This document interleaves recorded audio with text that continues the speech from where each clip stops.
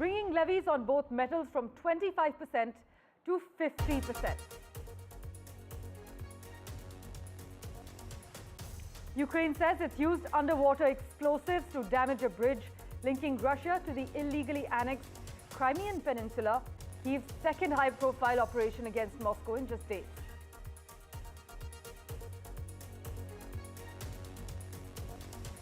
The proposed free trade agreement between India and the European Union is likely to be finalized soon, a French minister has said.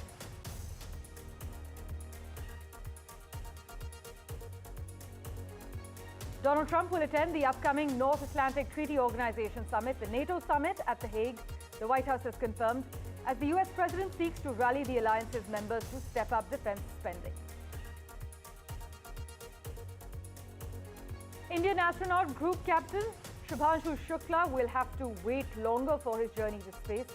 The liftoff for the Axiom 4 mission has been postponed by 2 days and will now take place on the 10th of June.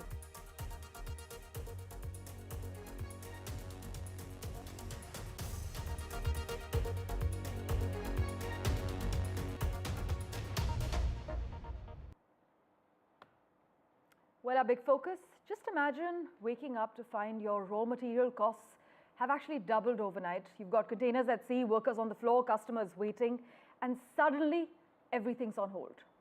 Well, that's not a corporate disaster movie plot. It's real life in Trump's America as we speak. The US president has signed an order doubling tariffs on steel and aluminium imports from 25% to 50%. The move hikes import taxes on the metals, key inputs, and everything from cars to canned food for the second time since March. And no, this isn't just a number in policy paper. This is actually the kind of punch that can knock down small manufacturers, alter trade equations, and trigger retaliations across the globe. As you are well aware, steel and aluminium go into everything, whether it's cars, food cans, satellites, defense hardware, even that fancy packaging on your imported Swiss chocolates. But President Trump says this is about saving American jobs. I'll tell you where the twist lies. The US is the second largest steel importer in the world after the EU. Canada, Brazil, Mexico, South Korea, they're the ones shipping it in. And critics say this move is less about make America great again and more about make global trade chaotic again. Well, Trump did carve out a special exemption, you must note, for the UK, citing ongoing trade talks, which actually raises another question. Is Trump using tariffs as leverage or favor currency? My colleague Maha Siddiqui has been tracking the latest updates for us. She joins us live at the moment. Maha, it seems like it's one punch after the other, as many argue. Always the question with Mr. Trump seems to be, is this a tactic or is this a long-term plan? But Canada feeling the blow the most amongst all the allies?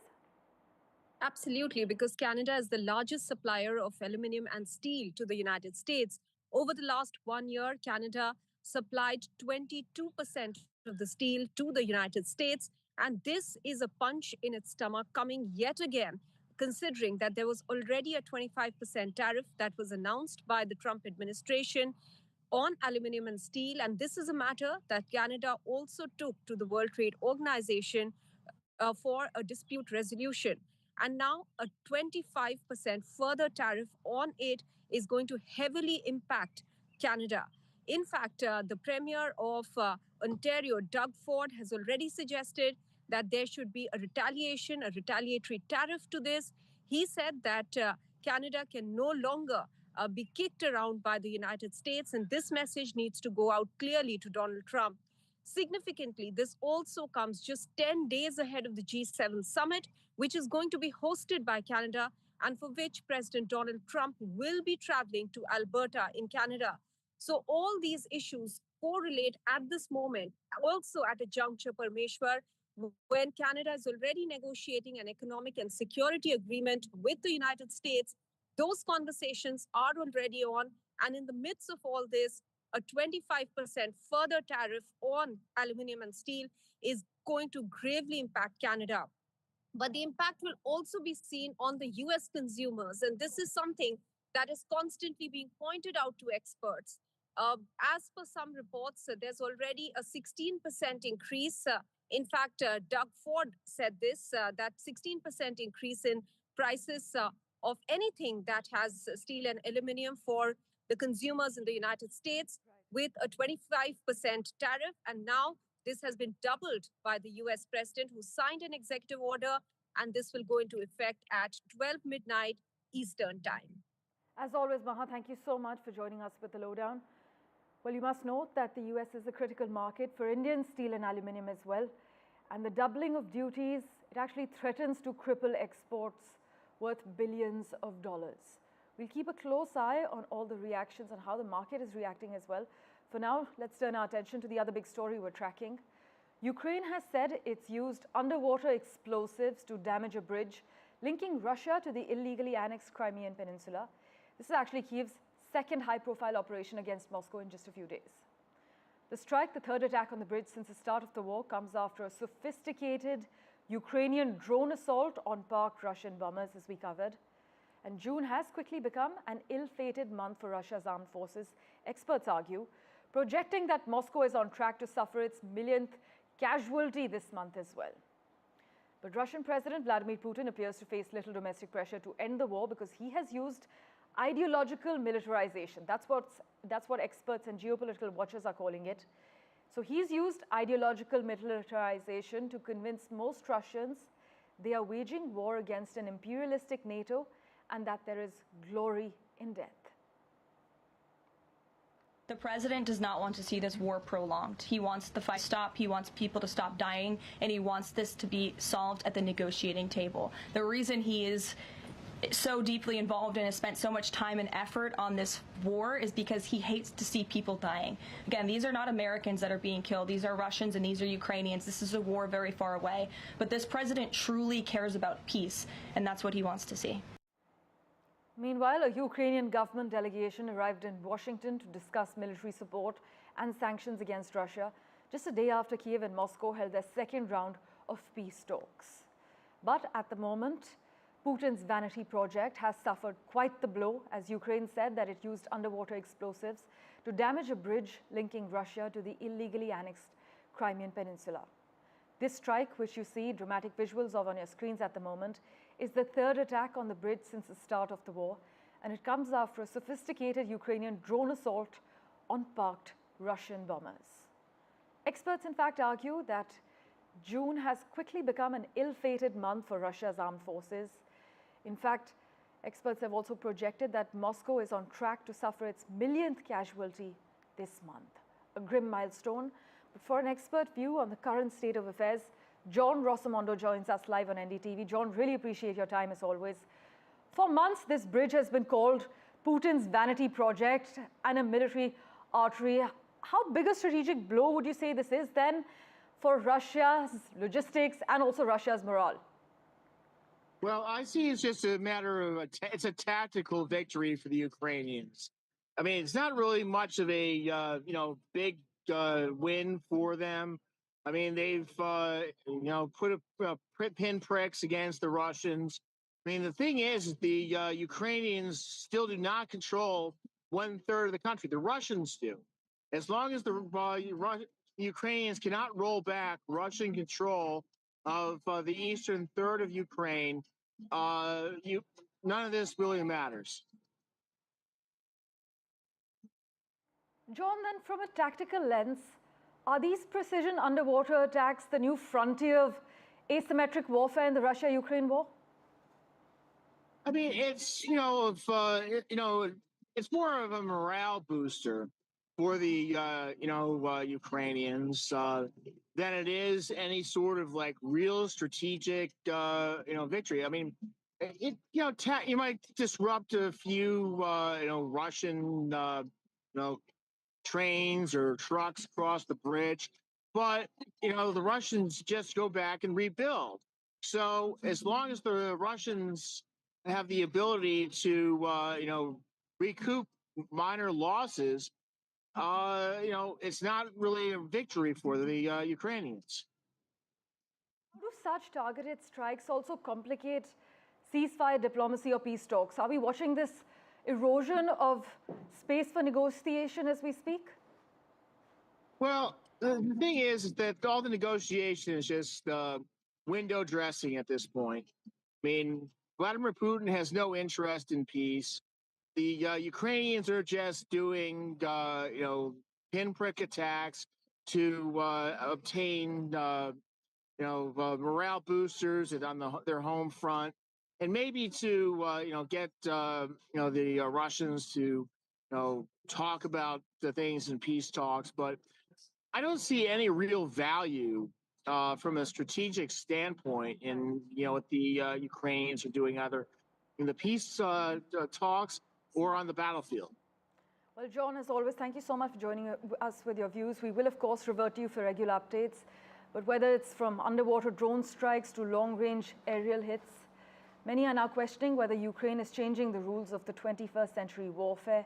And are we entering an era of invisible wars? Well, we'll keep a close eye on all the key developments with our experts. For now, let's turn our attention to Syria. Well, Israel has threatened to retaliate against Syria after the latest missile attack. Israel said it had launched strikes on weapons belonging to Syria hours after reports that 2 projectiles had been fired from Syria into Israel on Tuesday. The Israeli army has said that 2 rockets were fired from Syria into open areas in the Israel-controlled Golan Heights on Tuesday, marking the first time a strike has been launched towards Israel from Syrian territory since the fall of former Syrian President Bashar Assad in December. Meanwhile, Syrian state media is reporting that Israel shelled the western countryside of Syria's Daraa province after this rocket launch. For the latest updates, let's go across to my colleague Mohammad Ghazali, who's been keeping a close eye on all the key developments. Ghazali, what details can you disclose to our viewers as we speak? See, as you rightly pointed out, this was the first attack by from Syrian territory into the Israeli-occupied Golan Heights, and why it has come as a surprise for Israel as well, because Israeli Prime Minister Mr. Benjamin Netanyahu was quoted saying that Israel was responsible for the fall of Bashar al-Assad regime in Syria. Also, the new Prime Minister of Syria, the new President of Syria, Ahmed al-Shara, he has been also quoted saying many a times that he wants good relations with Israel. Now, US has lifted most of the sanctions, or slowly they're lifting sanctions on Syria on the pretext or promise of Syria joining the Abraham Accords on normalizing relations with Israel.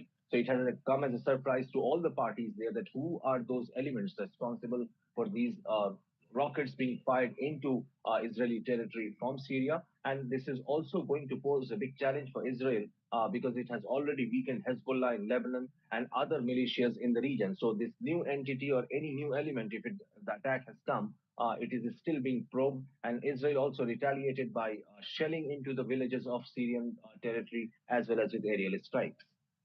Ghazali, as always, thanks so much for joining us with the latest details. Meanwhile, let's turn our attention now to the India and UK high-level talks that took place in Delhi. Well, in a significant diplomatic development, Sir Oliver Robbins, the Permanent Under-Secretary at the UK's Foreign, Commonwealth and Development Office, arrived in India to review the progress of the UK-India Comprehensive Strategic Partnership. During his visit, Sir Oliver met India's Foreign Secretary, Vikram Misri, in New Delhi for the annual UK-India Foreign Office consultations. And that meeting marked a crucial milestone in the bilateral relationship between our two nations, with both sides welcoming the significant breakthroughs achieved across the entire structure of the partnership since the last consultations were held in London. One of the major highlights of the partnership is the historic trade deal announced between the two countries, which is expected to boost economic ties and open up new avenues for cooperation. Also, a key aspect was the inaugural Strategic Exports and Tech Cooperation Dialogue, which aimed at building mutual understanding of systems and agreeing areas for future cooperation on key sectors such as tech and defense. Meanwhile, India and the European Union are now aiming for a comprehensive free trade agreement rather than an interim deal, and is working against a tight deadline to conclude it. Stating that the plan is to sign a full-scale FTA, an official said, a lot of progress has been made in the negotiations and only some loose ends need to be tied up. The situation, though, remains dynamic. But on Tuesday, the French Minister of Foreign Trade said he is pretty optimistic about the fact that we can have an agreement in the coming weeks or coming months. He stressed that the deal is because we have to showcase to the world that we do believe in trade, in freer trade, and not in a trade war. Moving on, India will continue to experience strong and broadly stable economic growth, the OECD has said, while pointing out that global economic growth is slowing more than expected as the tariff war takes a bigger toll on the US economy. Now, the Organization for Economic Cooperation and Development projects says that India is to remain one of the world's largest growing economies in FY26, with its GDP growth forecast at 6.3%. Listen in to the finer details. A very good morning. I'm Parati Bhanot and I'm currently standing at the headquarters of the OECD in Paris. The OECD is essentially the Organization for Economic Cooperation and Development, and as of Tuesday they've released their Economic Outlook report. Now, there are two interesting takeaways from this Economic Outlook report. One pertaining to the global growth projections, and the second pertaining to India's growth projections. If we talk about the global growth projections in terms of real GDP terms, the Economic Outlook report for the OECD 25-26 says that the world economy is expected to witness a fall in growth. There's expected to be a slowdown from 3.3% in 2024 to about 2.9% in 2025 and 2026. This is the global forecast, expected to be slower, expected to not be as good as it was in 2024. The second big takeaway that is there from this report is with regards to India. As far as G20 countries are concerned, the report says that India is expected to record the highest real GDP growth, not just for the year that has gone by, 2024, but also for the years ahead, which is 2025 and 2026. In 2025, India is expected to witness a growth of 6.3% as far as the real GDP numbers are concerned, and in 2026, India is expected to witness a growth of 6.4%.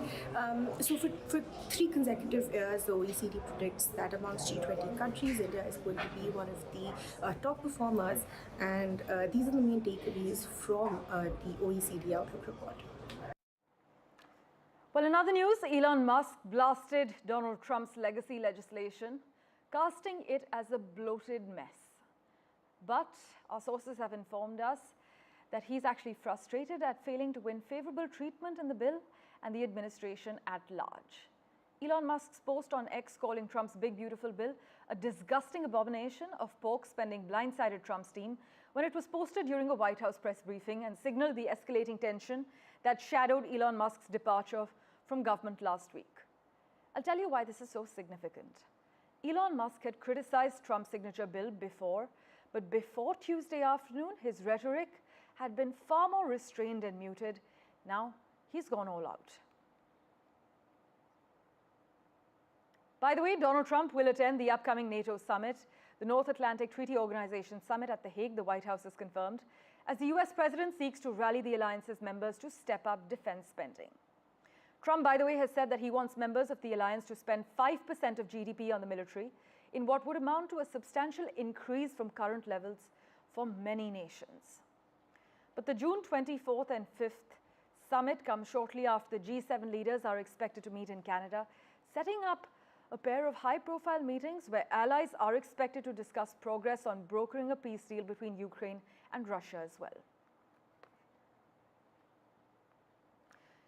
In big news just coming in, the FBI chief, Kash Patel, has claimed to have arrested a Chinese national in the United States for allegedly smuggling a dangerous biological pathogen into the United States.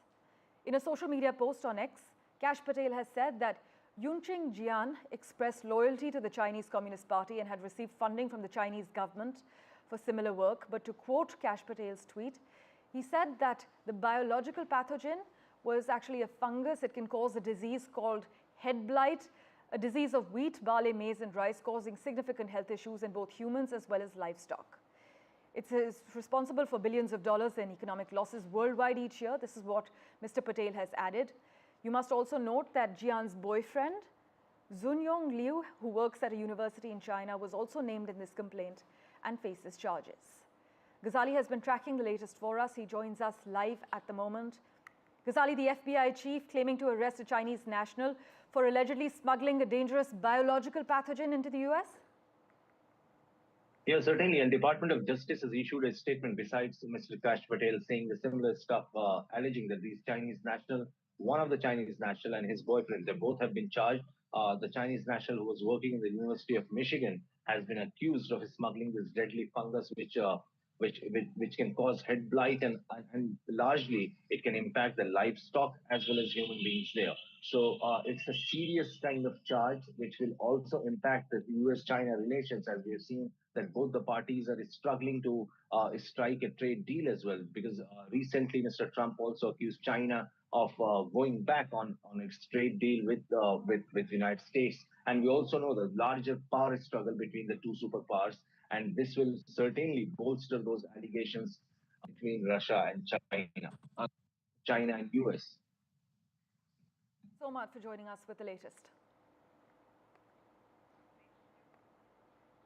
As always, we'll keep tracking the latest developments for you. Slipping into a quick commercial break. Back in a moment.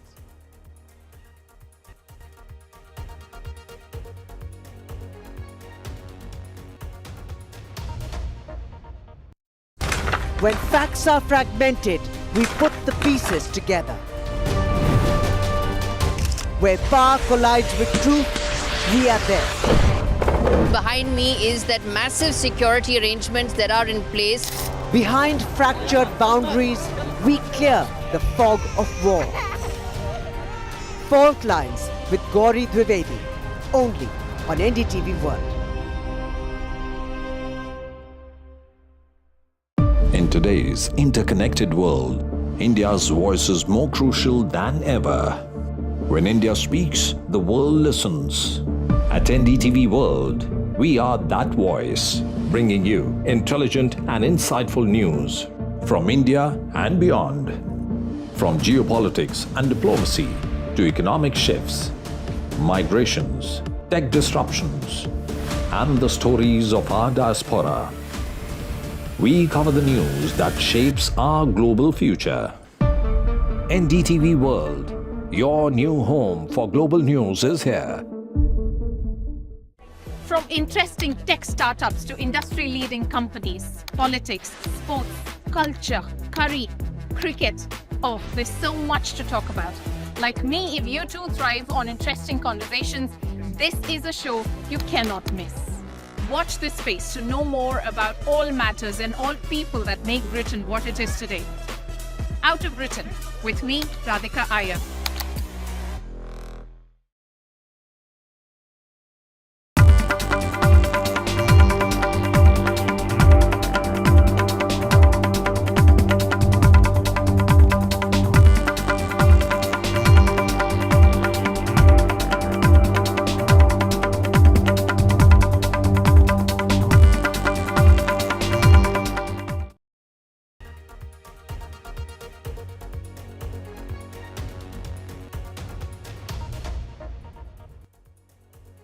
Well, the outline of the US offer to Iran in their high-stakes negotiations over Tehran's nuclear program is starting to become clearer, but whether any deal is on the horizon remains as cloudy as ever.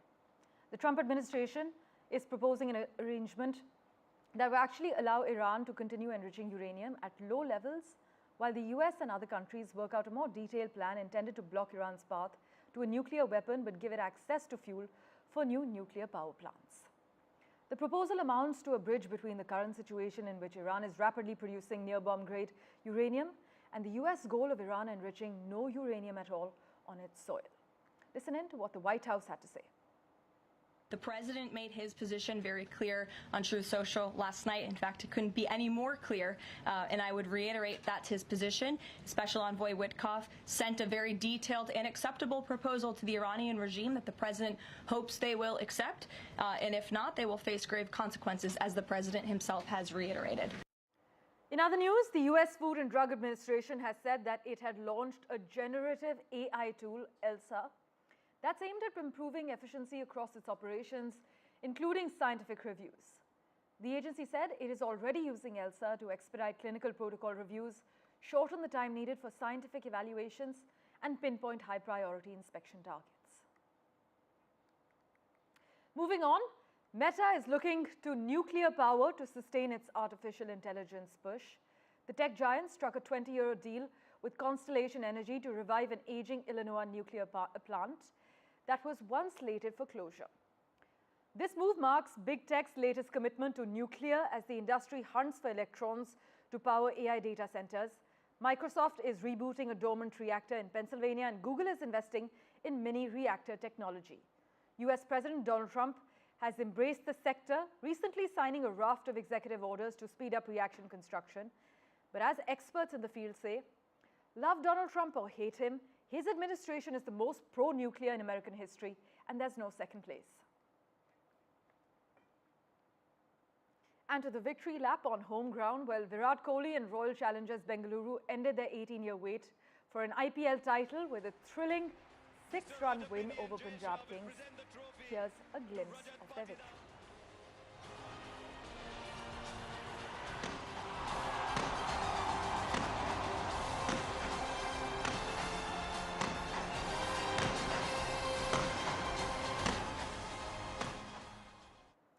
An Indian astronaut group captain, Shubhanshu Shukla, will have to wait just a little longer for his launch into space because the liftoff of the SpaceX Falcon 9 rocket has been pushed forward by 2 days, and now it's set to lift off on the 10th of June at 5:52 p.m. India time.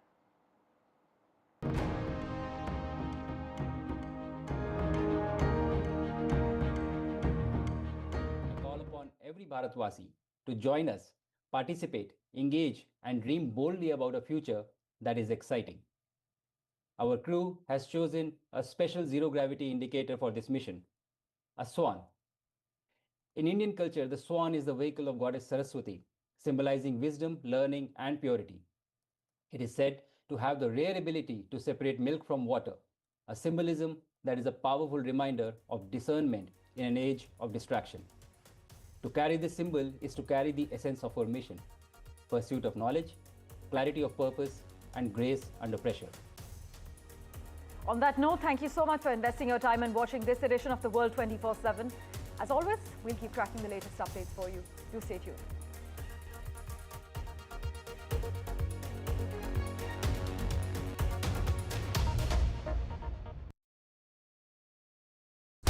When facts are fragmented, we put the pieces together. Where power collides with truth, we are there. Behind me is that massive security arrangements that are in place. Behind fractured boundaries, we clear the fog of war.